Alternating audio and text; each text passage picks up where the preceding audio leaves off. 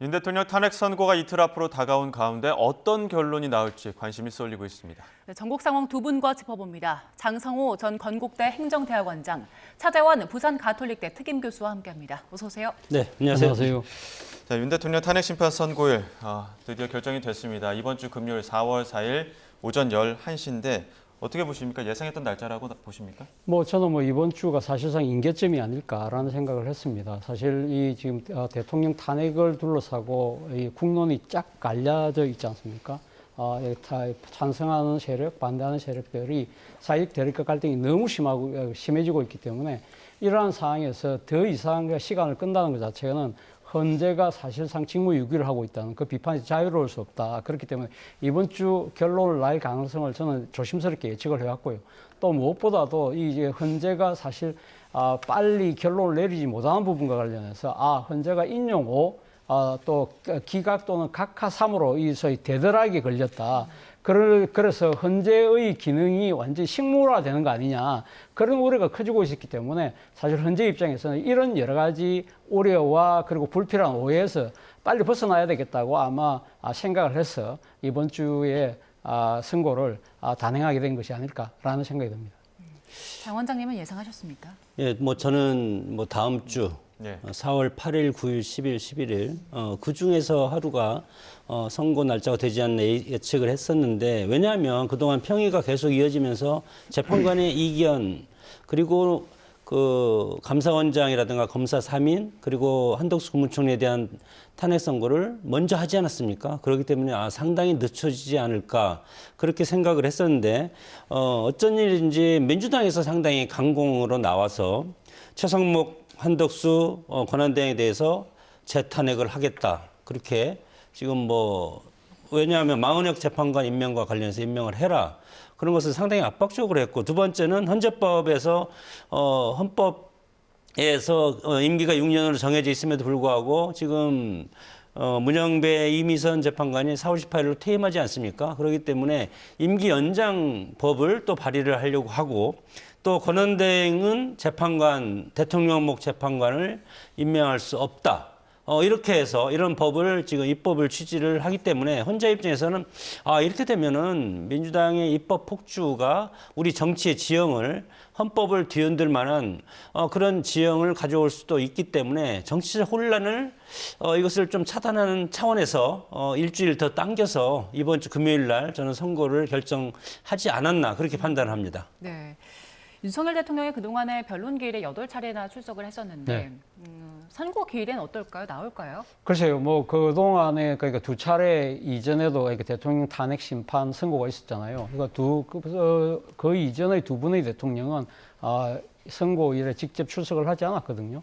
그런데 이례적으로 윤 대통령 같은 게 변론기일에 열심히 나왔단 말이죠. 그렇기 때문에 놓을 가능성을 전혀 배제할 수는 없습니다만, 앞서 제가 말씀드린 대로 지금 윤 대통령에 대한 탄핵을 놓고 국론이 이렇게 분열돼 있고, 그리고 그날 아마도 헌법재판소 주위에 이 지금 찬반 세력들이 결집해 가는 상황이기 때문에 윤 대통령의 출석 자체가 상당히, 어떻게 보면 사회적 혼란을 부추기는 그러한 또 하나의 계기가 될 수 있다는 그런 이야기들이 나오고, 특히 윤 대통령은 일단 선고 내리기 전까지는 현직 대통령의 신분이기 때문에 경호의 문제도 있단 말이죠. 그런 것들을 감안을 했을 때는 윤 대통령의 출석은 좀 어렵지 않을까. 라고 저는 조심스럽게 예측을 해봅니다. 안전 문제도 그렇고요. 네. 만약에 파면 결정이 나오면 그때부터는 즉각 대통령직이 박탈되기 때문에 네. 돌아가는 길에는 또 경호가 유지가 안 된다고 하더라고요. 어떻습니까? 저는 4월 4일 금요일 11시 선고가 기각이 되든 각하가 되든 또는 인용이 되든 그 이전의 상황과 전혀 다른 상황이 될 가능성이 상당히 크다.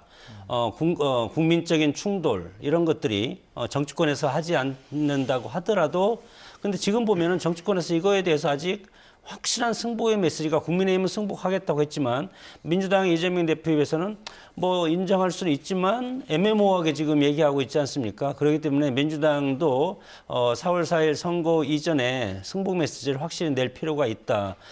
승복 메시지를 낸다 하더라도 광장에 있는 시민들은 충돌할 가능성이 상당히 큽니다. 지금 상당히 격앙돼 있기 때문에, 그렇기 때문에 대통령 입장에서는 이것이 기각이 되든 인용이 되든 아니면 각하가 되든 여러모로 봐서 지난번에도 구속 취소 선고 때 관제에서 구치소에 지켜보지 않았습니까? 한덕수 총리도 마찬가지로 헌재에 출석하지 않았고 그런 상황에서 봤을 때 경호 문제가 저는 가장 중요한 포인트라고 생각이 듭니다.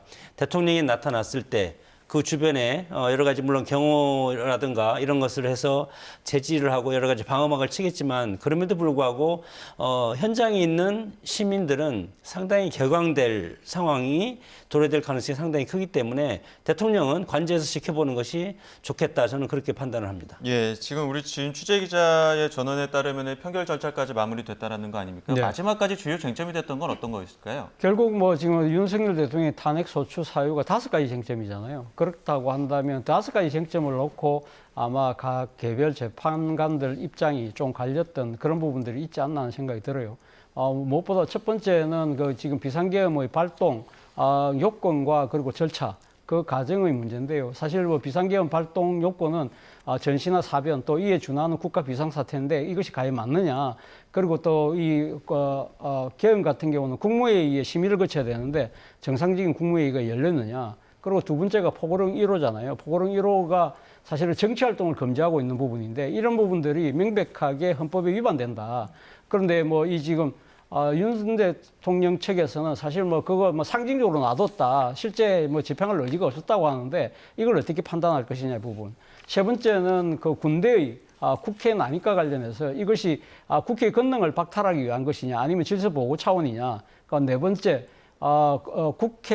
군대의 선관위 투입 이 부분과 관련해서 일종의 뭐랄까요? 그러니까 윤 대통령 입장에서는 부정선거 스크린의 목적으로 보낸 것이다. 하지만 그러나 어떤 이 변명으로도 이게 그 선관위에 군을 투입하는 그 정당성은 도저히 묵과할 수 없다. 침해는 묵과할 수 없다. 그런 부분을 어떻게 판단하는 부분. 그리고 5번째가 바로 정치인 체포거든요.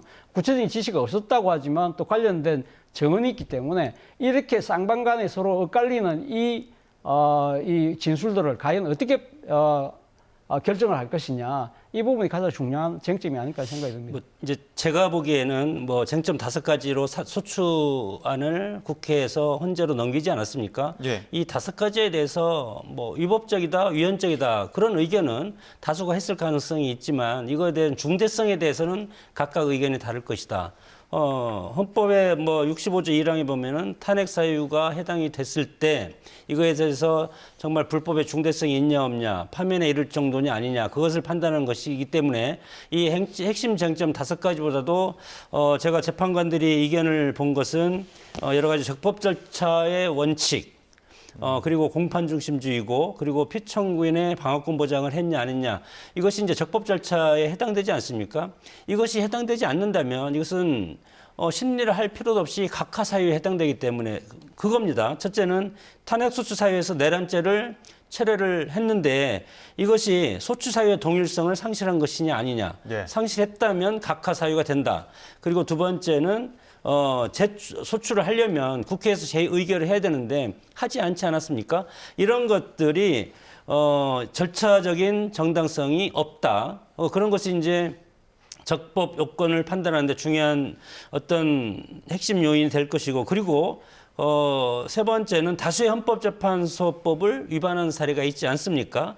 그리고 또 대통령의 방어권을 보장을 충분히 해줘야 되는데 대통령 증인을 36명인가 신청했는데 뭐 12명인가 열 몇 명 이렇게 해서 무더기 기각을 하기 때문에 대통령의 방어권을 중대하게 침해한 그런 어떤 적법 요건에 판단을 했을 때 이것의 적법 절차에 위반되는 경우가 상당히 많다. 이런 의견이 있기 때문에 상당히 서로 평의 기간을 길게 갖지 않았나 그런 판단을 합니다. 예, 네. 말씀하신 그 절차적 부분도 있겠지만 지금 헌법재판소에서는 그 증언의 진위 여부를 두고도 여러 가지 또 쟁점으로 떠오르기도 했습니다.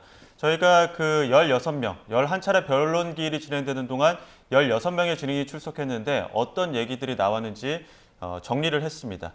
황윤태 기자가 정리했는데요. 들어보시죠. 탄핵 심판 첫 증인으로 나온 김용현 전 국방부 장관은 국회를 봉쇄하고 의원을 끌어내려 했다는 의혹을 완강히 부인했습니다. 요원을 빼내려고 한 것을 김병주 국회의원이 의원들 빼내라라는 것을 통과시킨 것이죠. 네, 그렇습니다. 계엄 작전을 주도한 여인영 전 방첩사령관과 이진호 전 수방사령관은 형사재판을 받고 있다며 사실상 증언을 거부했습니다. 하지만 헌법재판소가 유일하게 직권으로 증인 채택한 이 전 사령관 부하는 위헌적 명령이 있었다고 반박했습니다. 본청 안으로 들어가라. 국회의원을 끌어내라. 이렇게 했단 말입니까? 그렇습니다. 내부로 들어가서 의원들을 끌어내라. 곽종근 전 특전사령관은 국회에 이어 헌재에서도 윤 대통령이 지시 주체란 점을 거듭 강조했고 윤석열 대통령께서 그 당시에 증인한테 데리고 나오라고 지시한 대상이 국회의사당 안에 있는 국회의원들 맞죠? 정확히 맞습니다. 홍장원 전 국정원 1차장도 윤 대통령의 체포 요구가 있었다고 주장했지만 조태용 국정원장은 신빙성을 문제 삼았습니다. 증인은 싹 다 잡아들여를 어떤 의미로 이해하셨습니까? 말뜻 그대로 이해했습니다. 그리고 홍장원 차장의 증언에 대해서 증언의 신뢰성에 대해서 저는 강한 의문을 가집니다. 계엄 전 국무회의 정당성을 놓고는 윤 대통령 측 증인인 한덕수 국무총리와 이상민 전 장관 의견이 극명하게 엇갈리기도 했습니다. 주요 신문 과정을 지켜본 윤 대통령은 호수위 달그림자처럼 내란 실체가 없다며 불리한 진술을 부정했는데 결정권을 쥔 재판관들이 16명의 증언 가운데 어디에 방점을 찍을지 주목됩니다. YTN 황윤태입니다. 네, 주요 증언들을 들어봤는데 국무위원 간에도 어떤 증언들이 엇갈리는 부분들이 있었고 또 그 핵심 가담 어떤 지위 여부에 대한 어떤 인원들의 어떤 증언이 좀 엇갈리는 부분들도 있었습니다. 헌재는 어떤 판단 내릴까요? 글쎄요, 뭐 제가 생각했을 때 헌재 입장에서는 뭐 사실 뭐 여러 가지 증언이 엇갈린다고는 하지만 그러나 전체적인 맥락으로 짚어봤을 때는 대통령의 그러니까 위헌과 불법 행위가 좀 명백하게 입증된 것이 아닐까라는 생각이 듭니다. 무엇보다도 아까 한덕수 총리가 이 국무회의의 절차와 관련해서 형식적, 실제적 흠결이 있다고 이야기를 했잖아요. 딴 사람도 아니고 국무총리를 2번이나 하신 또 그런 것도 국무회의를 사실상 일종 진두지휘하는 총리의 입장에서 이 이야기를 했다는 것 자체는 상당히 아마 헌법재판관들 입장에서는 무겁게 다가올 가능성이 높다. 그리고 또 두 번째는 이 지금 조성현 수도방위사령부 제1경비단장의 진술입니다. 지금 뭐 이 이진우 수방사령관은 사실 이 헌재에 나와서 사실 자신의 여러 가지 내란죄 관련된 혐의 때문에 진술을 거부했습니다만 이 지금 그 이진우 수방사령관의 명령을 받았던 조성현 단장은 이준호 사령관으로부터 의원 끌어내라는 이야기를 분명히 들었다고 이야기했잖아요. 그리고 또 정치인 체포와 관련해서 전 중요한 증인이 조지호 경찰청장이 아닐까라는 생각이 듭니다. 조지호 경찰청장도 본인이 사실은 자신의 그 재판 때문에 사실 정확한 답변을 거부했습니다만 검찰에서 사실대로 진술한 건 분명하다고 이야기를 했거든요. 자, 그런데 검찰에서 뭐라고 지금 진술을 했냐고 하면 결론적으로 윤 대통령의 지시가 국회의원 체포를 닥달하는 내용이었다는 이야기를 했기 때문에 이런 것들을 종합했을 때는 아마 헌법재판관들의 입장에서는 윤 대통령이 헌법을 위반한 건 분명하다. 그리고 아까 방금 말씀하신 것처럼 파면의 기준 자체가 중대한 법 위반이라고 한다면 그 법 위반이 첫 번째는 헌법 수호의 관점이거든요. 헌법을 수호할 의지가 있느냐. 아까 제가 이야기했던 비상계엄의 그러니까 국무회의 패싱이라든지 정치인 체포라든지 군대의 국회 난입 같은 경우는 헌법 수호할 의지가 없다고 판단할 가능성이 높고 그리고 또 하나 이 중대한 법 집행의 그러니까 위반의 기준이 국민의 신임이거든요. 국민들이 대통령에게 신임을 맡겼는데 그런데 그거 자체를 헌법의 질서를 위반했기 때문에 다시 국정을 맡길 수가 없다고 판단할 가능성이 저는 상당히 높기 때문에 저는 인용의 가능성을 좀 더 높게 바라보고 있습니다. 네, 차 교수님 지금 짚어주신 것처럼 그 헌재가 유일하게 직권으로 채택한 증인이 조성현 경비단장이잖아요. 네. 조성현 경비단장은 내부로 들어가서 의원을 끌어내라라는 지시를 받았다는 이야기를 명확히 했는데 이 부분은 이제 헌재 판단에 어떤 영향을 미칠까요? 이진우 수방사령관으로부터 대통령으로부터 들은 것이 아니지 않습니까? 그렇기 때문에 이진우 수방사령관은 뭐 유리창을 깨라. 그것은 요원들을 보호하기 위해서 그렇게 본인이 뭐 특임 단장은 본인이 직접 깼다고 했고, 그리고 지금 조성현 단장 같은 경우는 수방사령관으로부터 그런 얘기를 들었다고 했기 때문에 수방사령관 또 언론에서라든가 국회에서 그리고 검찰 조사에서 또 이거와 또 다른 뉘앙스로 발언을 했기 때문에 지금 여러 가지 진술을 보면은 일관된 진술이 없습니다. 그리고 핵심적인 것은 이번 헌재 심판은 대통령의 파면 여부를 결정하는 거기 때문에, 그러나 대통령이 직접 했다는 것이 진술 말고는 있지 않습니까? 그리고 홍장원 전 국정원 1차장의 진술도 마찬가지로 상당히 오염됐다고 헌재 재판관, 정영식 재판관이 상당히 질타를 했고, 여러 가지를 보면은 증인의 진술은 신빙성이 있어야 되는데 신빙성이 오락가락했다는 것은 뭐 마찬가지입니다. 국회에 들어간 군을 마찬가지로 요원했다가 그다음에 의원했다가 인원했다가 사람했다가 똑같은 말을 가지고 네 단어로 변경이 되지 않습니까? 이런 것은 법정에서 이렇게 말을 바꾼다는 것은 진술의 신빙성이 없다 보기 때문에 여기에서 이것에 대해서 헌재에서 이것에 대해서 대통령의 지시다 그렇게 판단을 확증할 수 있는 것은 저는 없기 때문에 이거에 대해서는 뭐 그렇게 큰 쟁점이 될 가능성은 없다고 보고, 상당히 보면은 이것이 이제 기각이라든가 각하 그리고 인용, 이거에 대해서 지난번 한덕수 국무총리 할 때도 여러 가지 각각의 의견이 나오지 않았습니까? 이번도 마찬가지로 8대0 뭐 7대1 이렇게 어떻게 보면은 일반화된 그런 어떤 판결이 아니고 각각의 의견에 대해서 다른 그런 의견이 나오기 때문에 이런 거에 대해서 이것은 충분히 인정할 수 있다. 그런 재판관도 있을 뿐더러 이것은 진술이 오염됐기 때문에 진술의 신빙성을 인정할 수 없다. 그런 재판관도 있다고 생각이 듭니다. 예, 그 결정문에서 그런 관련 내용들이 있을지도 한번 지켜봐야 될 것 같고요. 변론이 진행되는 중에 재판관의 어떤 날카로운 질문도 눈길을 끌었습니다. 저희가 재판관의 변론 기일 중에 질문 준비된 녹취를 듣도록 하겠습니다. 방첩사령관이 정보 같은 거는 굉장히 민감하게 보존을 하는 사람이 그렇게 쉽게 얘기를 했을까라는 생각이 들어서 이런 명단에 대한 위치 추적을 좀 도와주시오. 이렇게만 하면 되지 굳이 축차 검거 후에 방첩사 구금시설에 감금해서 조사할 거라는 얘기라든지 이런 얘기를 굳이 왜 할까요? 네, 정영식 재판관이 특히 홍 전 차장을 상대로 그 메모에 관련된 질문을 집요하게 하기도 했었는데 이 질문 관련돼서 결정문에도 좀 내용이 담길까요?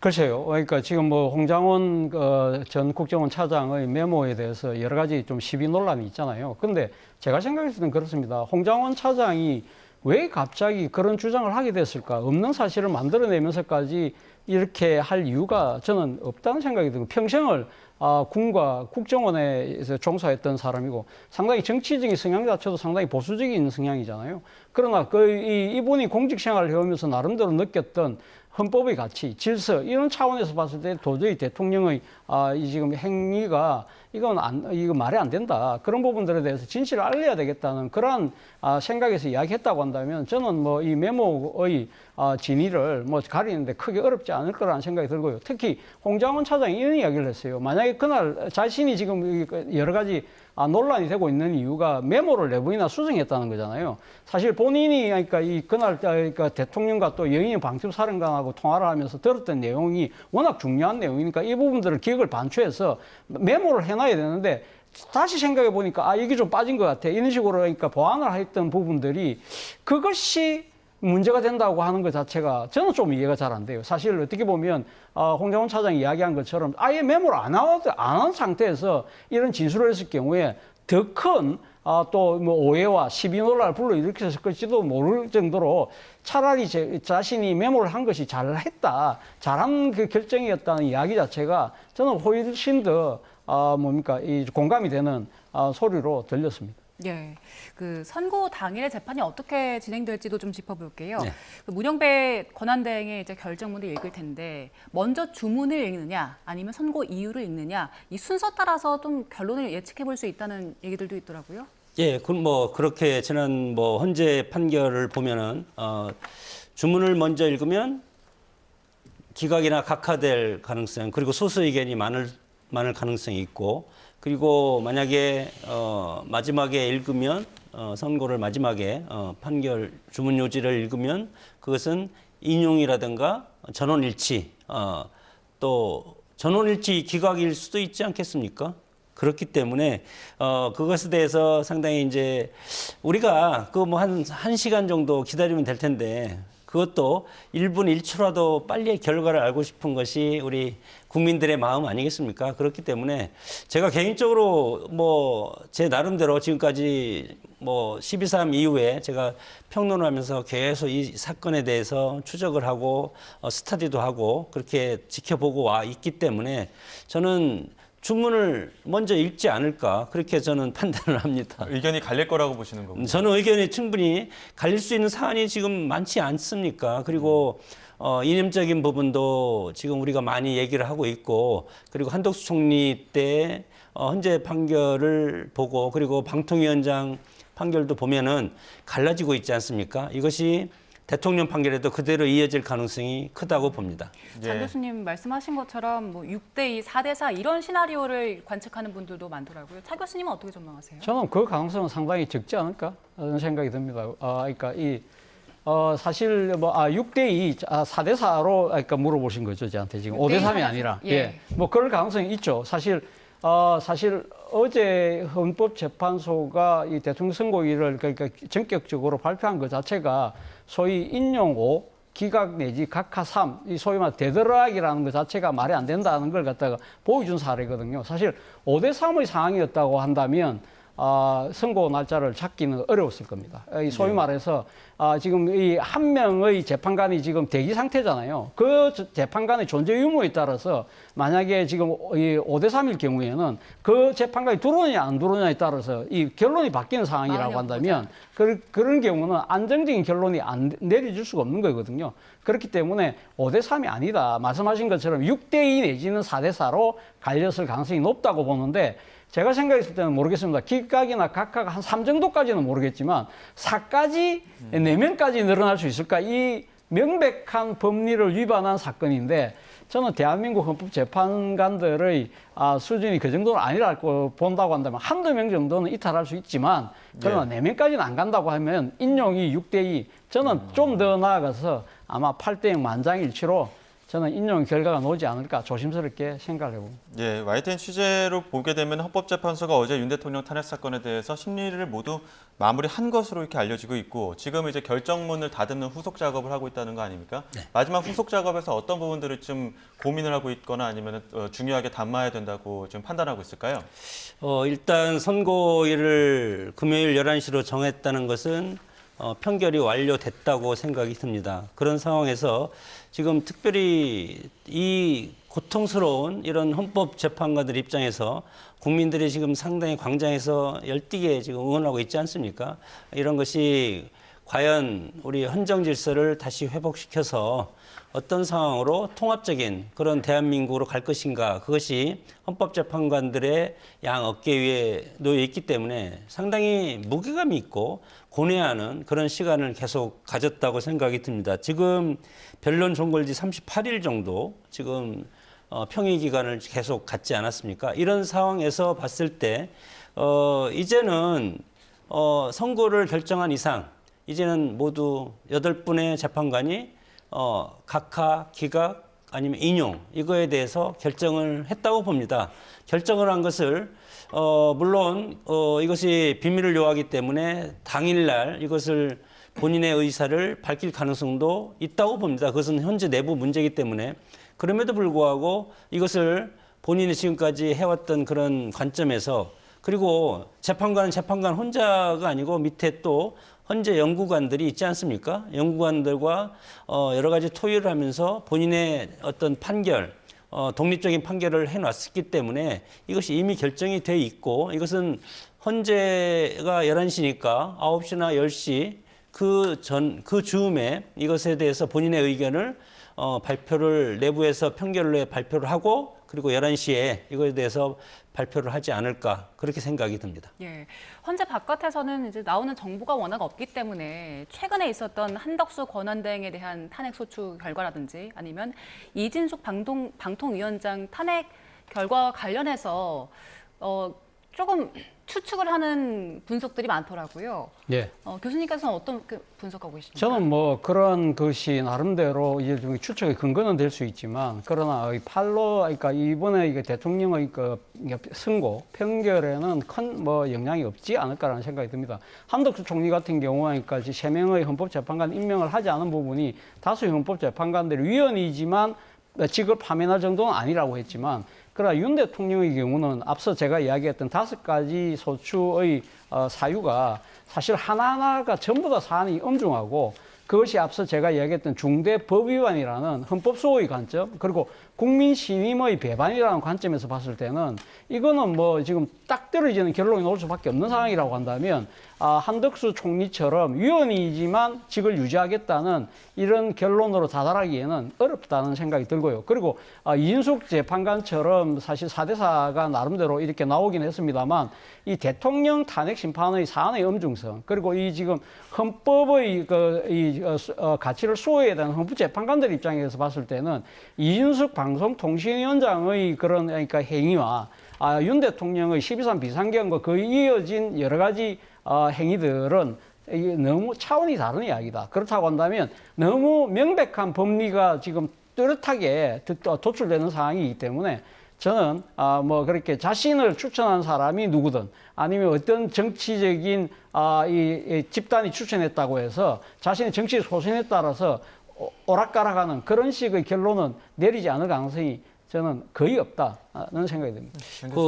그 이제 적법 절차 위반 제가 서두에서 말씀을 드렸지 않습니까? 내란죄 처리에 소추의 사유의 동일성을 상실했다는 그리고 대통령의 방어권을 보장하지 못했다는 그리고 검찰에서 조서를 쓸 수 없는데 그것을 썼다는 물론 그것을 내부에서 평의해서 4대4면 헌재 대행이 소장 대행이 이거에 대해서 결정해서 쓸 수 있다, 쓰겠다 그렇게 결정하면 되지만 그럼에도 불구하고 이것을 평결을 할 때는 이것에 대해서 적법 절차 원칙이 지켜지지 않았기 때문에 이것은 각하를 시켜야 된다. 저는 8분 중에서 각하를 시켜야 된다는 분이 한 2분 이상 나올 가능성이 상당히 크다고 전망을 하고 그리고 헌법 제65조 1항에 보면은 직무집행과 헌법 법률이 위배된 사항에서는 탄핵소추할 수 있다. 다만 위법적이거나 위헌적임에도 불구하고 이것을 직을 파면할 정도로 중대하지 않을 경우에는 그러하지 않다. 이렇게 지금 헌법에 나와 있는 규정이지 않습니까? 그래서 위헌하지만 파면에 이를 정도로 중대하지 않다는 재판관도 한두 명은 있을 수가 있기 때문에 저는 4대4, 5대3 그 정도로 저는 예측을 합니다. 지금 이제 선고 기일이 좀 늦어지는 이유 중에 하나가 그 5대3 교착설이 나오지 않았습니까? 근데 교수님 보시기에는 한 6대2든 7대1이든 의견이 일치되지 않은 상황에서 일단은 선고를 내려야겠다 이런 판단이 있었다라고 보시는 거죠? 네, 그런데 저는 그 헌법재판관은 독립기관입니다. 각각의 독립기관이고 저는 이것을 왜 의견 통일을 해야 되는지 물론 대통령을 직에서 파면하냐 파면하지 않냐 사안이 상당히 중대하기 때문에 헌법재판관들도 재판관들도 우리 사람이지 않습니까? 그렇기 때문에 상당히 심리적인 부담이 있기 때문에 예를 들어서 4대4 인용과 기각이나 각하가 4대4라면 헌재 전체의 몫으로 이것을 그냥 넘어갈 수가 있고 혹시 8대0 인용이나 8대0 기각이나 이렇게 됐을 때도 헌재 전체 이름으로 이것을 넘어갈 수가 있는데 만약에 소수 의견 5대3이라든가 6대2라든가 이런 소수 의견 나왔을 때는 그 헌법재판관이 상당히 심리적으로 부담이 간다는 거죠. 그렇기 때문에 그것을 평의를 통해서 한번 의견을 조율하면서 조율하는 것도 있지만 어떤 사안에 대해서 이것이 정말 위헌이냐 아니냐 서로 각자의 의견을 제시하고 그거에 대해서 상대방이 옳다면 그것을 받아들이는 그런 평의 과정이 생각보다 훨씬 더 길어졌지 않습니까? 길어졌다는 것은 이것을 4대4나 6대2로 만들기 위한 작업을 했을 가능성이 큰데 그것이 실패했다고 봅니다. 예. 아니 근데 그 지금 방금 말씀하신 5대3 대다락 상황이 그러니까 지금 그 상황에서 헌법재판소가 결론을 내릴 수 있다는 것이 장 교수님 말씀이신데 사실은 헌법재판소가 이에 대한 판례를 만들어 놨어요. 언제냐면 이준숙 방송통신위원장이 당시 그러니까 이 탄핵 심판을 받을 때 그때 이 후임 재판관 6명이 임명되지 않아서 6명으로 심리를 시작할 때 심리는 원래 심리연구소가 7명이지만 그러나 지금 6명 상황에서 심리는 진행한다. 그러나 편결은 하지 않는다는 이야기를 하면서 뭐라고 이야기를 했냐면 앞서 제가 잠깐 이야기했습니다만 선거 결과가 공석인 재판관 존재 유무에 따라서 갈릴 수 있을 때는 최종 결정을 내려서는 안 된다라고 본인들 스스로가 만들어놨어요. 그렇기 때문에 5대3인 상황이라고 한다면 이 상황이 계속 지속되는 상황이라고 한다면 만약 재판관은 지금 사실상 국회 통과를 했는데 기다리고 있잖아요. 그런데 이분이 들어오지 이거는 사실은 임명권자가 지금 이 부작위 때문에 못 들어오고 있는데 이 들어올 경우에는 결과가 바뀔 수 있는 상황이기 때문에 방금 이야기했던 헌법재판소 스스로가 만들어놓은 선례를 뒤집는 결과가 되기 때문에 5대3 상황에서 판결을 내릴 수가 없다는 이야기를 말씀드리는 겁니다. 예. 자, 이제 이틀 뒤면 비상계엄과 관련해서 첫 사법 판단이 내려지게 될 텐데요.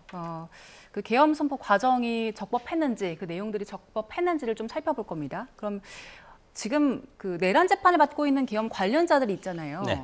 그 이틀 뒤 헌재 선고 결과와 관련해서 내란 혐의 재판을 받는 사람들도 영향을 좀 받을까요? 받기는 하겠지만 왜냐하면 이것이 뭐 대통령이 헌재에서 이것에 대해서 이제 물론 내라는 소추에서 빠졌기 때문에 저는 적법 절차 원칙에 어긋나서 각하된다고 저는 주장을 하지만 그럼에도 불구하고 일정 부분 대한민국 최고의 헌법 수호기관인 헌재에서 이거에 대해서 여러 가지 세부적으로 판결이 끝나고 판결문이 공개되지 않겠습니까? 그러면 이 판결문을 공개된 것이 지금 법원에서 재판을 하고 있는 그런 사항에 영향을 안 끼칠 수가 없다고 봅니다. 그래서 반드시 끼칠 가능성이 상당히 크다 그렇게 생각이 듭니다. 예. 4월 14일 날 윤 대통령 형사재판 그 첫 공판기일 있지 않습니까? 그러니까 뭐 결과를 봐야겠지만 직을 유지하고 재판을 받는 것과 직을 잃은 상태에서 재판받는 것, 이 부분도 조금 다를 것 같아요. 하늘과 땅 차이죠. 예. 만약에 그러니까 직을 상실할 경우에는 사실 앞서 탄핵소추 사유 5가지가 거의 다 지금 내란 재판과 다 연계가 돼 있는 부분이거든요. 그렇다고 한다면 헌법재판소가 사실상 뭐 유죄의 심정으로 그러니까 지금 탄핵 선고에서 인용을 했다고 한다면 형사재판에도 상당히 영향을 미칠 수밖에 없는 것이고요. 내용적으로는 그렇고 또 하나는 대통령 현직 신분과 아닐 경우는 대통령이 만약에 현직 신분으로 직무 복귀가 된다고 한다면 재판이 정상적으로 진행될 수 있을까? 물론 지금 우리나라 헌법에 의하면 현직 대통령이라도 그러니까 내란과 외환죄의 경우는 소추가 가능하긴 합니다만 사실 이 대통령이 직무를 복귀를 해서 국정을 지금 담당해야 되는 상황이 된다고 한다면 재판의 정상적인 진행이 사실상 어려워지지 않을까? 그렇다고 한다면 윤 대통령 입장에서는 사실은 이 기각이 돼서 본인이 직무로 복귀하는 경우에는 내란죄 재판에 있어서도 상당한 본인 입장에서는 득이 될 수 있는 그런 상황이 될 수 있기 때문에 말 그대로 천양지차의 차이가 날 수밖에 없는 것이죠. 예, 이제 4월 4일 그 이후 상황도 좀 얘기를 해봐야 될 것 같은데 만약에 파면이 결정되면 조기 대선을 준비해야 되잖아요. 그러면 한덕수 대행 체제에서 대선을 치르게 되는 건데 지금은 6월 3일이 유력하다 이런 이야기가 많이 나오더라고요. 어떻게 전망하세요? 우리는 결국은 국가의 근간인 헌법에 따른 절차에 따라서 절차적 민주주의를 진행할 수밖에 없기 때문에 만약에 대통령이 헌재에서 직을 상실할 경우에는 헌법 제68조에 따라서 60일 이내에 대선을 치러야 됩니다. 물론 이거에 대해서는 국무회의에서 대선일을 결정을 해서 공포를 할 필요가 있기 때문에 그것은 국무회의에서 어떻게 결정에 따라 이제 날짜는 다르지만 지난 2017년도 박근혜 전 대통령이 파면이 됐을 때 3월 10일 날 탄핵이 인용이 됐는데 그해 5월 9일 60일이 하루 전인가요? 이때 이제 대선이 치러졌고 그렇게 되면은 4월 4일에 60일을 다시 해보면 6월 3일입니다. 대선이 가장 맥시멈으로 네. 뒤로 늦춰서 왜냐하면 정치권에서도 만약에 이런 급박한 상황이 온다면 당은 당대로 그리고 대선 후보를 뽑아야 될 것이고 그리고 나서 여러 가지 또 절차가 있지 않습니까? 뭐 공직선거법에 따라서 후보자 등록이 있고 선거운동 기간이 있고 그리고 사전투표가 언제 치러야 되고 그리고 대선 투표일이 역산을 하게 돼서 국무회의에서 이것을 결정을 하기 때문에 가장 60일에 근접한 날로 결정이 될 가능성이 상당히 크고 그럴 수밖에 없다고 봅니다. 차 교수님께서 어떻게? 예, 뭐 지금 대통령 탄핵이 인용될 경우에는 바로 조기 대선 국면이 펼쳐질 수밖에 없고 그리고 헌법에 규정된 대로 60일 이내에 할 거라고 한다면 제가 생각했을 때 딱 60일에는 6월 3일 할 가능성이 있는데 그거는 지금 대통령 권한 대행이 사실은 조기 대선 날짜를 정하기 때문에 좀 당겨서 할 수도 있겠다는 생각이 듭니다만 각 당의 그러니까 이 2개월 사이에 당의 후보를 선출하고 대선까지 치러야 되기 때문에 시일이 되게 촉박하잖아요. 그렇기 때문에 아마 60일을 꽉 채워서 아마 잡을 가능성이 상당히 높다는 생각이 듭니다. 기각 또는 각하됐을 경우는 어떻습니까? 기각되거나 각하됐을 때는 바로 대통령은 이제 직무 복귀를 하고 이제 대통령으로서의 정상적인 통치 행위를 할 수밖에 없지만 과연 그것이 제대로 될 수 있을까에 대해서는 저는 상당히 좀 의문을 갖고 있습니다. 왜냐하면 상당히 지금 그 탄핵을 찬성하는 여론이 절반 이상이 넘잖아요. 민심이 과연 이걸 수용하지 못할 경우에는 상당히 아마 국가적으로도 상당히 혼란스러운 상황에 직면할 수밖에 없을 가능성이 높고 그리고 특히 이번 계엄을 통해서 윤 대통령에 대한 실망한 민심뿐만 아니라 관료나 군 이런 쪽에서도 상당히 뭐랄까요 대통령의 이 통치의 정당성 이런 부분들의 회의를 가질 가능성이 높기 때문에 저는 사실상 레인덕이 아닌 대대덕이 될 가능성이 높다. 그렇다고 한다면 윤 대통령 입장에서는 직무 복귀가 된다고 하면 빠른 시일 내에 본인이 지난번에 이야기했던 임기 단축을 통한 나름대로 좀 질서 있는 퇴진에 대한 정확한 로드맵을 제시하는 것이 중요하지 않나 하는 생각이 듭니다. 윤석열 대통령 복귀하면 임기 단축 개헌 관련해서 구상을 좀 밝힐까요? 뭐 지난번에 헌재에서 최후 변론할 때 임기단축 개헌을 하겠다고 했습니다. 물론 이것은 야당 민주당이 이거에 대해서 어떻게 생각하냐에 따라 다르겠고 기각이 되든 각하가 되든 아니면 인용이 되든 상당히 혼란스러운 것은 상당 기간 지속될 수밖에 없다 이렇게 생각이 들고. 장 교수님 잠시만요. 네. 지금 어쩔 수 없이 임무 복귀해서 임기 개헌 단축까지 이야기할 것이다 이렇게 말씀을 해주셨는데 저희가 또 현장 연결이 있어서 급하게 여기서 마무리하도록 하겠습니다. 네. 자, 지금 윤석열 대통령 탄핵 심판 선고를 앞두고 이호영 경찰청장 직무대행이 전국 지휘부 회의를 소집했는데요. 이야기 들어보겠습니다. 불법, 폭력행위, 주요 인사 신변 위협 등 심각한 법질서 침해 행위가 예상되는 상황입니다. 선고 후 운집된 군중 일부가 격앙된 상태에서 극렬 폭력 시위와 안전사고를 일으킬 가능성도 있어 국민적 불안과 우려도 높아지고 있습니다. 우리 경찰은 국민의 안전이 위협받거나 심각한 사회 갈등으로 번지지 않도록 경찰의 모든 역량을 총동원하겠습니다. 탄핵 선고일 전국에 가포 비상을 발령하는 등 치안이 안정될 때까지 전국에 비상근무 태세를 유지하겠습니다. 서울에 210개 부대 1만 4천여 명의 기동대를 집중 배치하겠습니다. 헌법재판소 주변을 진공 상태로 유지하고 주요 시설에 충분한 경력을 배치하여 빈틈없는 방어태세를 구축하겠습니다. 찬반 단체 간 사전 차단선을 구축하여 마찰을 방지하고 경력을 폭넓게 배치하여 돌발 상황에 신속하게 대응하겠습니다. 시설 파괴, 재판관 등에 대한 신변 우회, 경찰관 폭행에 대해서는 법치주의에 대한 도전으로 간주하고 현행범 체포와 구속수사를 원칙으로 단호하게 대처하겠습니다. 서울시 소방 등 유관기관과 긴밀히 협조하여 인파 밀집으로 인한 안전사고 예방에도 철저히 대비하는 한편 주요 도심을 8개 특별범죄 예방 강화구역으로 설정하고 기동순찰대 지역경찰로 구성된 권역대응팀 1,500여 명을 운용하여 범죄 차단 등 치안활동을 강력히 전개해 나가겠습니다. 민생 치안 확립에도 최선을 다하겠습니다. 국민 불안을 부추기고 사회적 혼란을 야기하는 온라인상 가짜뉴스, 유언비어에 대해서도 신속하게 수사하고 범죄 취약 지역을 중심으로 가시적 예방 활동도 강화하겠습니다. 아울러 선고를 앞두고 경찰 관서에서 보관 중인 총포, 도검 등의 출고를 금지할 계획입니다. 끝으로 안전과 질서를 유지하기 위해서는 경찰 조치에 대한 국민 여러분들의 적극적인 협조가 무엇보다 중요합니다. 우리 공동체의 안전 수준이 한 단계 더 나아갈 수 있도록 성숙한 시민의식을 보여주시기를 간곡히 부탁드립니다. 감사합니다. 네, 이호영 경찰청장 직무대행의 브리핑을 듣고 왔는데요.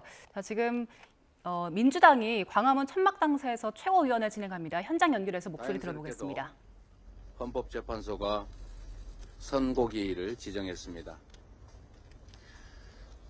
대한민국 법체계상 헌법은 법 위의 법입니다.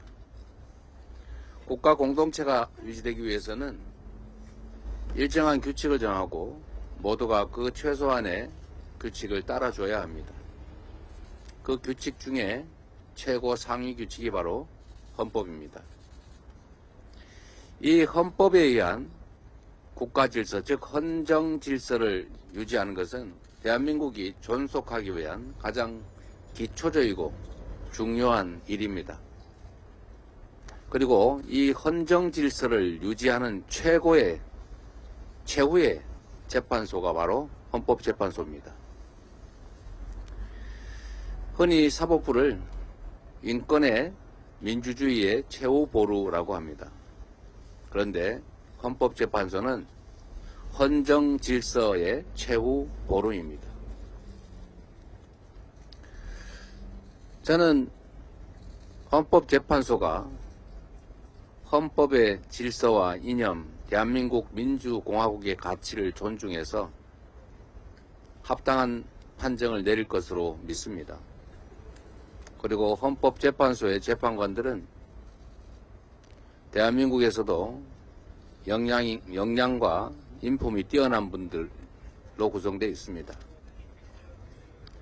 어떻게 헌정 질서를 파괴하는, 헌법을 단순히 위반한 것도 아니고 위반을 넘어서서 헌법 자체를 통째로 파괴하려 한 행위, 그리고 실제 착수한 그 행위에 대해서 헌정 질서를 지키기 위한 결단이 없을 수가 있겠습니까?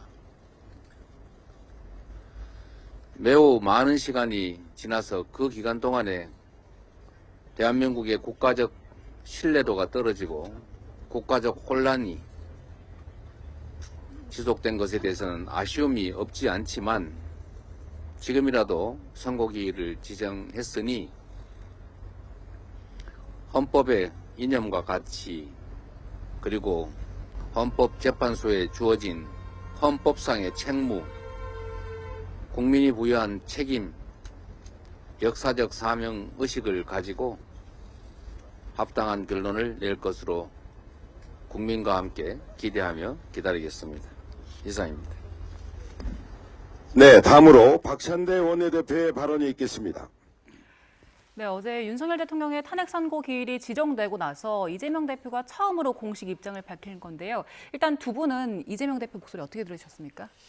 그 헌정 질서를 유지하는 것이 헌법재판소의 최후 보루다. 그렇게 얘기하는 것은 뭐 국민 누구나 기본적으로 알고 있는 상식이고, 다만 지금 양극단으로 지금 치닫고 있는 것이 우리 현실 아니겠습니까? 특히 국민들이 광장에서 보수와 진보가 지금 오랜 시간 동안 격돌을 하고 있고 각각의 가치를 위해서 싸우고 있는 그런 상황에서 헌정식의 파괴에 대해서만 강조를 했지, 오늘 이거에 대해서 결과에 대해서 승복하겠다. 국민의힘에서는 그것을 이미 밝혔는데 이재명 대표 입에서는 그런 것이 승복이라는 말이 나오지 않았기 때문에 상당히 저는 것은 아쉬운 부분이다. 저는 그렇게 생각이 듭니다. 예. 왜 이재명 대표 입장에서는 이번 선고일 지정 자체는 상당히 다행이라고 하지만 그럼에도 불구하고 헌법을 그냥 단순하게 위반한 것이 아니라 대통령이 헌법을 파기한 행위이기 때문에 헌법재판관들이 여기에 대해서 단호한 결단을 내려야 된다는 이야기를 하면서 세 가지 이야기를 했어요. 일단 헌법상의 책무다. 그리고 두 번째는 국민에 대한 책임이다. 셋째는 역사적 의무라고 이야기한대요. 저는 뭐 상당히 국민의 눈높이에 와닿는 이야기를 하는 것이 아닐까라는 생각이 듭니다. 예, 알겠습니다. 여기까지 듣도록 하겠습니다. 지금까지 장성호 전 건국대 행정대학원장, 차재원 부산가톨릭대 특임교수 두 분과 함께했습니다. 고맙습니다. 고맙습니다.